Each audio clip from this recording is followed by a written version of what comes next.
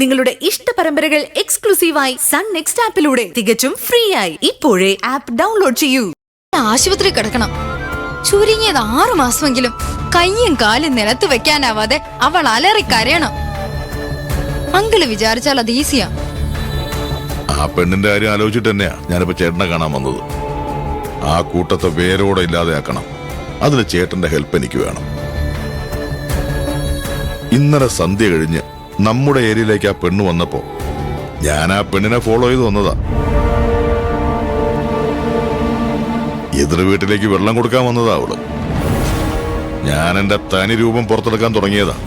പിന്നെന്താ അവളെ ചവിട്ടിക്കൂട്ടാഞ്ഞേ? അപ്പോഴല്ലേ കുഞ്ഞിന്റെ അമ്മ അവളുമായിട്ട് സംസാരിച്ചു നിൽക്കുന്നത് കണ്ടത്. മേഡത്തിന്റെ മുമ്പിൽ വെച്ച് എന്തെങ്കിലും ചെയ്യാൻ പറ്റൂ. വലിയ കഷ്ടമായി പോയി. ഡാഡി കേട്ടില്ലേ? സ്വന്തം മകളെ തല്ലിയോളുമായിട്ടാ അമ്മയ്ക്ക് കൂട്ടുകെട്ട്. നിന്റെ അമ്മയുടെ ഉദ്ദേശം എന്താണെന്ന് എനിക്ക് മനസ്സിലാവുന്നില്ല മോളെ. 2 എണ്ണം കിട്ടാത്തതിന്റെ കുറവുണ്ട്. അത് കിട്ടിയ ഒക്കെ ശരിയാവും.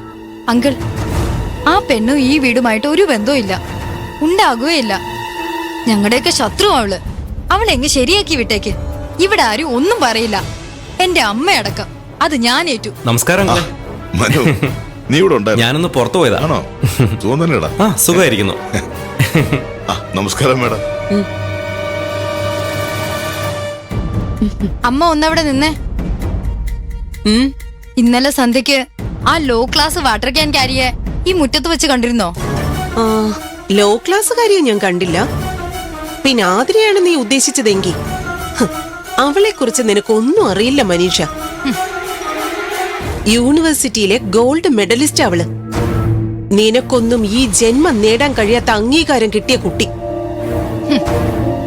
പിന്നെ കുടുംബത്തിന് വേണ്ടി വാട്ടർ ക്യാൻ ചുമന്ന് അധ്വാനിക്കുന്ന കുട്ടി. മനസ്സും പ്രവൃത്തിയും വളരെ ഉയരത്തിലുള്ള അവള് ലോ ക്ലാസ് അല്ല മനീഷ, ഹൈ ക്ലാസ്സാ.